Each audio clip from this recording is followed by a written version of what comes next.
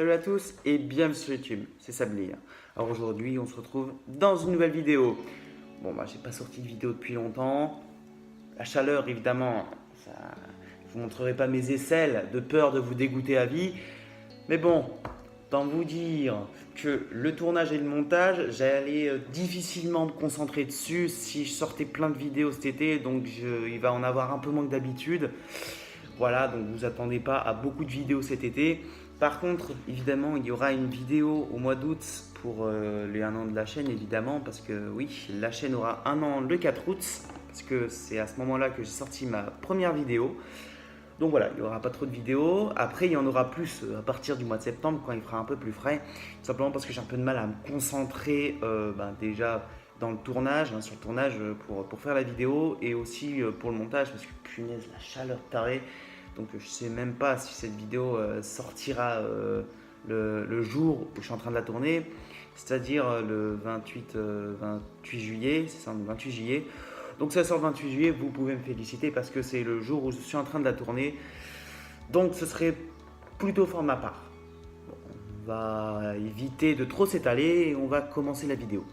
Donc là j'avais eu une idée, ce serait de sortir une nouvelle série de vidéos après les 6 yeux futurs, je ne sais pas encore comment j'appellerai, vous verrez bien dans le titre, qui aurait pour principe de vous expliquer simplement comment fonctionnent les moyens de transport. Donc je vais essayer de me mettre un peu à votre niveau pour que vous compreniez de manière relativement simple les principes de base de chaque moyen de transport. Et on va commencer comme les 6 yeux futurs par les véhicules individuels, l'automobile à l'heure actuelle, donc on va commencer par l'automobile. Voilà. Alors on va tout simplement procéder en plusieurs parties. Partie 1, la motorisation. Oui, vous n'êtes pas sans savoir que quand vous achetez une voiture, vous avez le choix entre des véhicules essence, des véhicules diesel, des véhicules hybrides et des véhicules électriques. Donc on va essayer un petit peu d'énumérer les points forts et les points faibles de chacune de ces motorisations. À l'heure actuelle, la motorisation la plus répandue, c'est la motorisation diesel. Pourquoi un tel succès avec un tel carburant? Qu'a-t-il de plus que l'essence? Une pompe à injection. Voilà, bonne journée. On se retrouve dans 8 semaines pour la prochaine vidéo. Au revoir. Téléportation. Comme quoi ça existe, Référence à mon épisode 4, 6 yeux futurs. Plus sérieusement, c'est quoi la différence entre un moteur essence et un moteur diesel? Simplement, déjà, un moteur diesel n'aura pas besoin d'une étincelle pour entraîner le vilebrequin. C'est-à-dire que les pistons, ils vont pas avoir besoin d'une étincelle pour fonctionner. Les moteurs essence, ils vont en avoir besoin. C'est pour ça qu'on a une différence de sonorité entre les deux carburants. L'intérêt de ce carburant, c'est un couple plus élevé, mais surtout un carburant moins cher à la pompe, idéal pour des très longs trajets. Malheureusement, cette motorisation est plus onéreuse à l'achat et en frais d'entretien. De plus, le prix du diesel est en train de rattraper le prix de l'essence. Ce qui fait qu'aujourd'hui, à moins de faire des très longs trajets, privilégiez un moteur essence. Oui, tout simplement parce que pour rembourser ce qu'on va payer en plus à l'achat et à l'entretien, il faut rouler beaucoup. Donc avoir vraiment une différence conséquente de prix à la pompe. Donc à ce moment-là, c'est pour ça que des gros engins de type camion, autobus, qui font plusieurs milliers, voire dizaines de milliers de kilomètres par an, privilégient ce type de motorisation. En revanche, le diesel a des défauts qui sont plutôt importants. Déjà, ça rejette des particules fines dans l'atmosphère qui sont très nocives pour l'être humain. Du moins plus nocives que ce que rejette l'essence. Et en plus, pour une utilisation sportive, c'est pas top parce que le son du moteur n'est pas génial. Sans parler du comportement routier. Puis c'est pas fini, la fiabilité est en deçà des moteurs essence. Tout simplement parce que l'arrivée d'une nouvelle pièce, la pompe à injection, c'est une pièce qui est quand même assez complexe et donc qui a plus tendance à tomber en panne. Ce qui fait que les moteurs diesel sont un peu moins fiables que les moteurs essence. Et quand vous savez que les frais d'entretien d'un moteur diesel sont plus élevés que ceux d'un moteur essence, vous avez intérêt à faire beaucoup de kilomètres avec votre moteur diesel afin de le rentabiliser. C'est pour ça que pour des conducteurs moyens, je vous conseille plus des motorisations essence. Donc pour une utilisation citadine ou sportive, privilégiez un moteur essence. Mais si vous faites énormément de kilomètres, alors je pourrais comprendre l'achat d'un moteur diesel.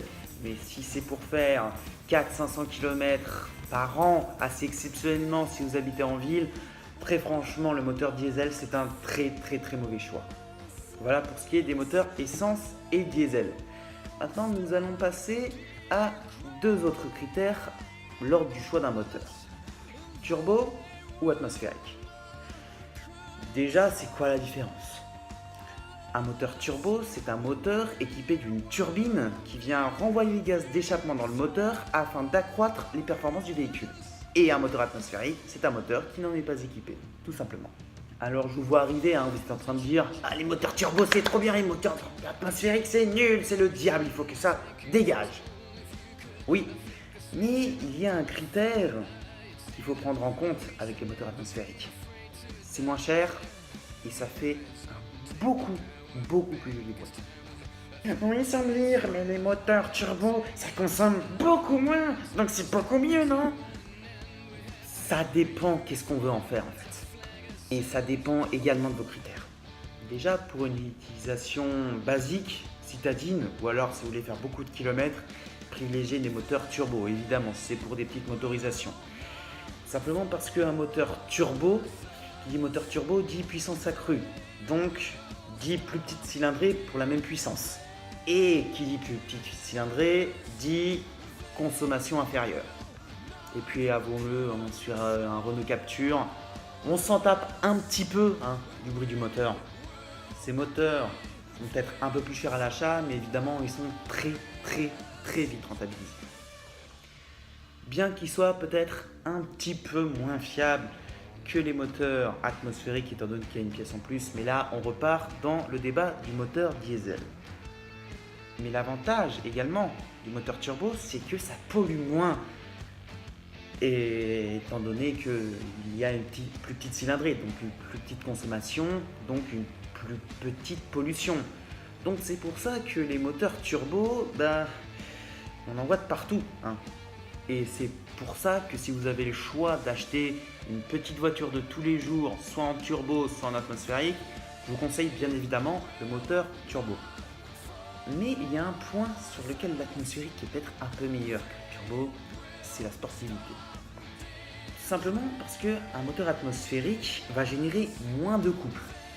Il va avoir une puissance plus linéaire qu'un moteur turbo où vous allez avoir la puissance tout de suite.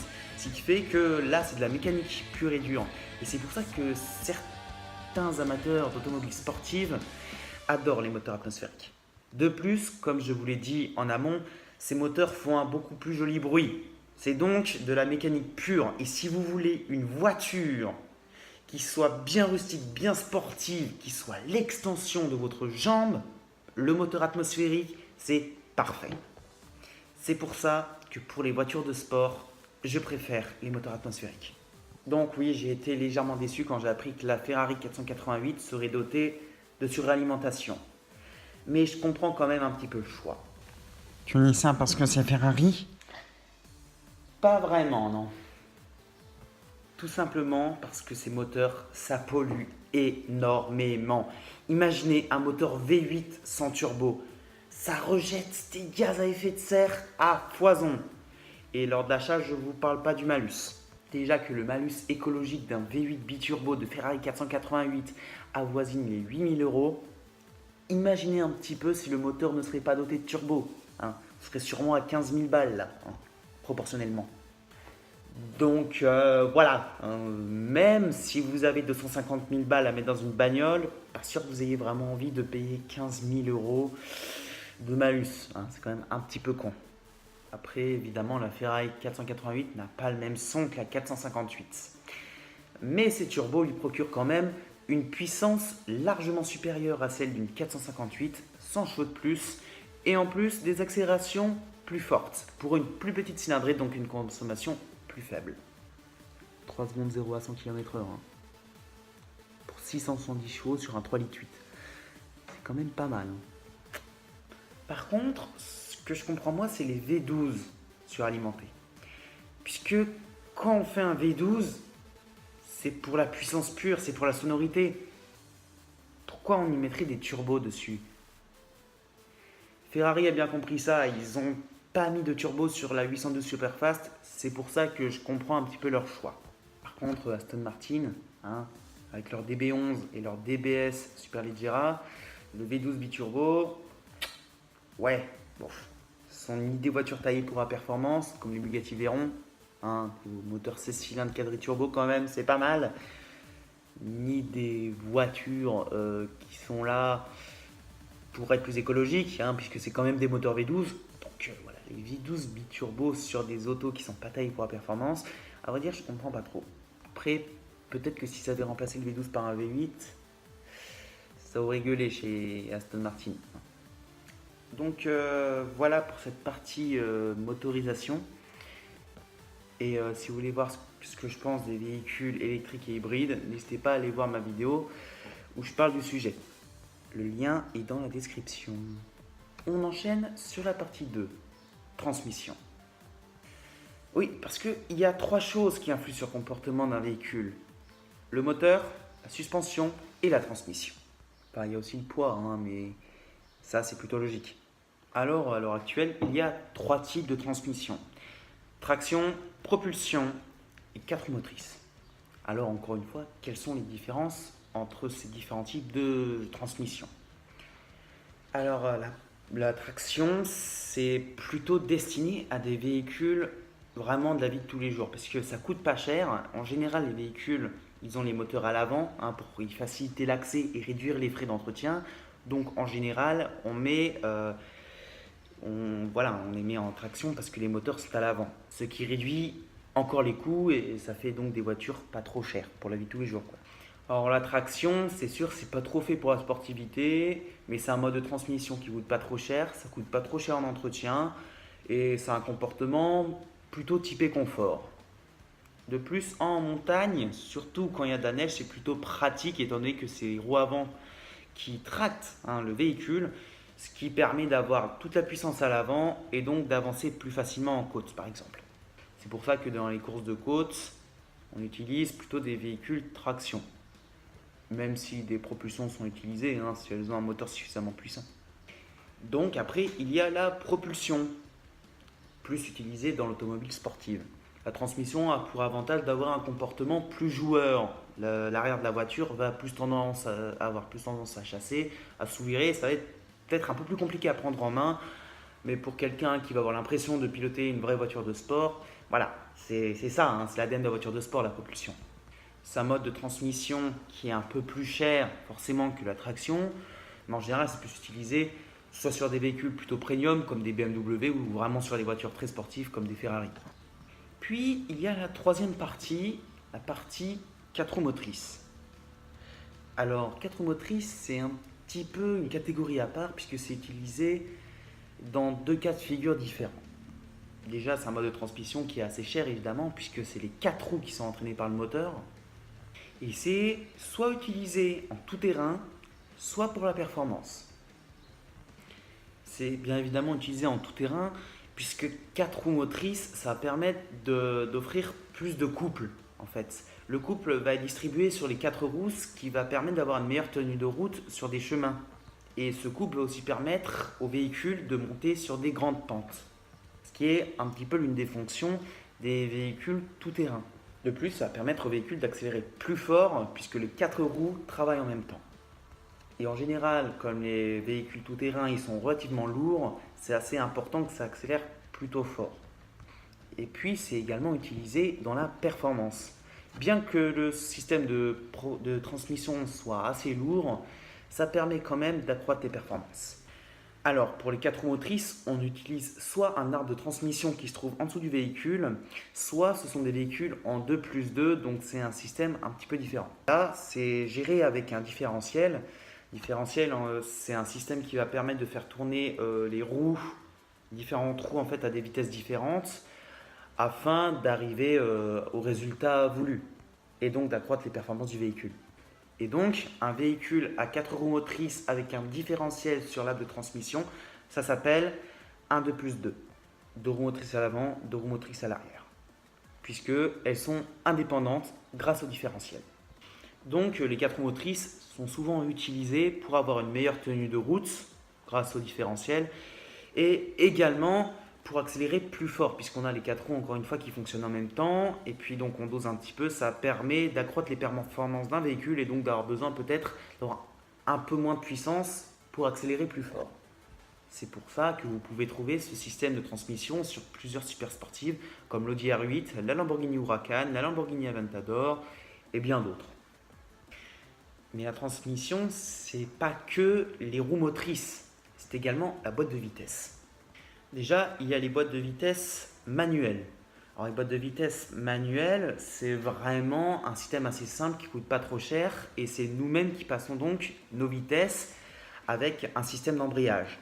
Si vous n'appuyez pas sur embrayage, donc appuyer sur embrayage, ça s'appelle débrayer, ce qui va permettre de passer une autre vitesse. Si vous ne faites pas ça, ça va flinguer la boîte de vitesse parce que ça va forcer sur la boîte et ça va tout flinguer. Voilà.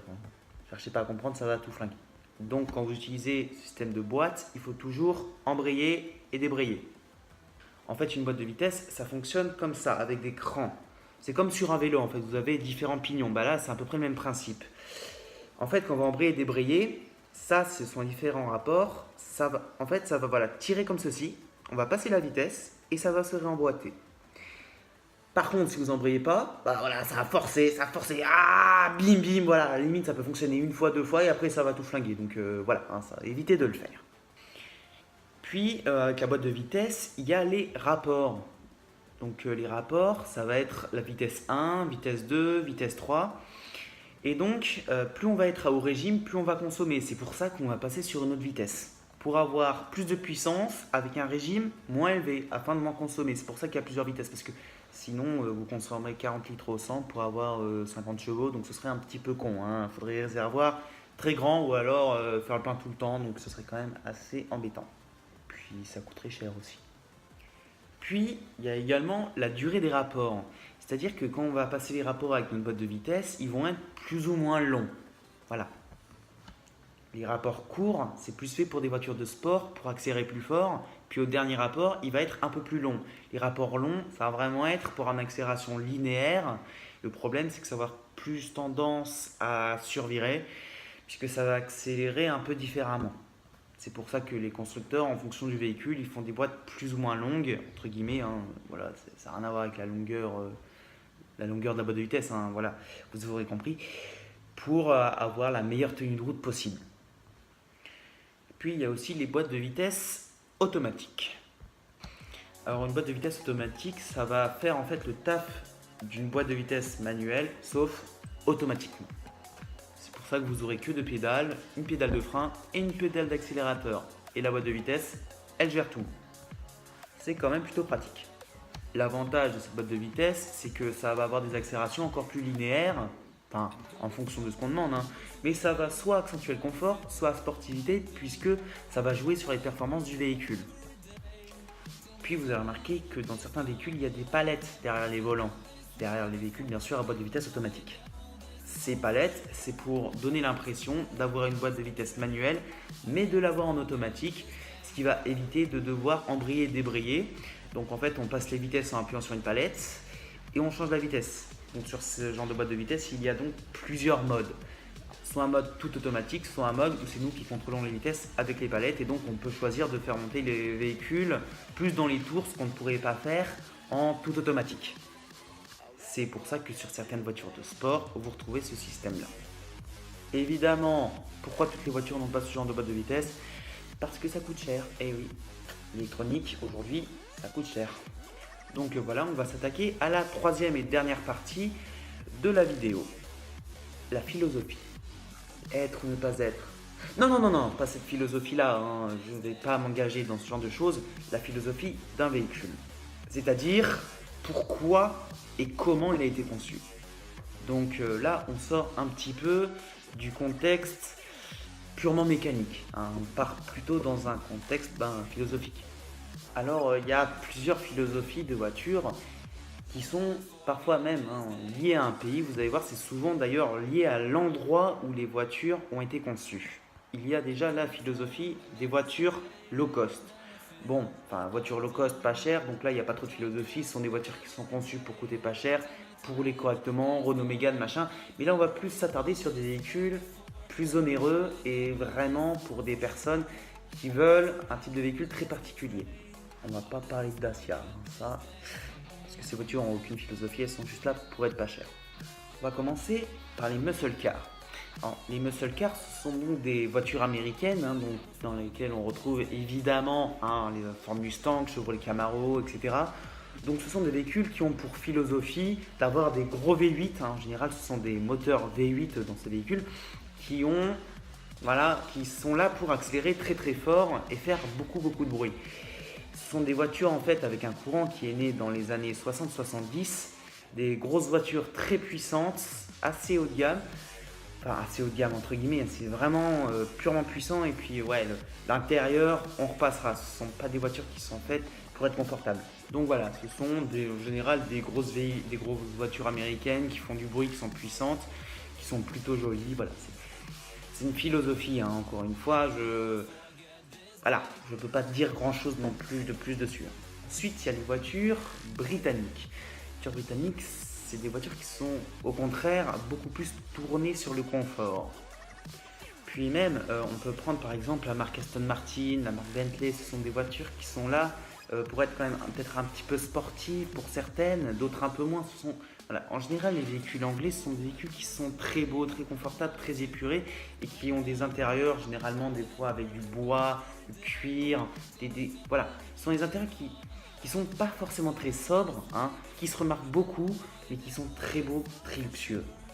Là où les voitures allemandes vont être très très sobres, des voitures très belles, très confortables, mais très sobres, avec des intérieurs noirs, normales.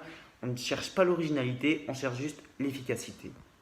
Les voitures italiennes, Ferrari, Lamborghini, c'est plus pour la frime un petit peu. Bon, il y a des intérieurs plutôt jolis, mais c'est des voitures taillées pour la performance, qui font beaucoup de bruit également, qui ont des gros moteurs. C'est des voitures aussi très tape à l'œil, ce genre d'auto qui sont super belles, qui sont taillées pour avoir un très beau design et aussi évidemment avoir la meilleure expérience conducteur possible.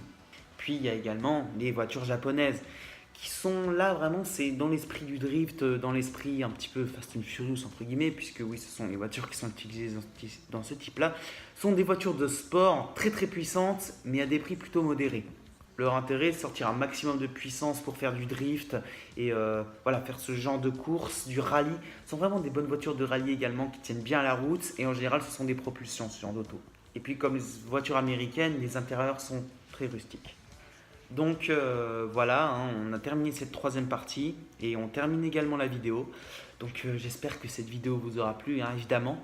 N'hésitez pas à vous abonner, à mettre un pouce bleu et un commentaire, à partager cette vidéo pour augmenter la visibilité de la chaîne, ce qui est quand même assez important parce que j'aimerais bien toucher un maximum de monde pour que mes vidéos apprennent des choses au plus de monde possible. Ce serait vraiment top. Sur ce, je vous dis salut, à la prochaine. C'était Sablier.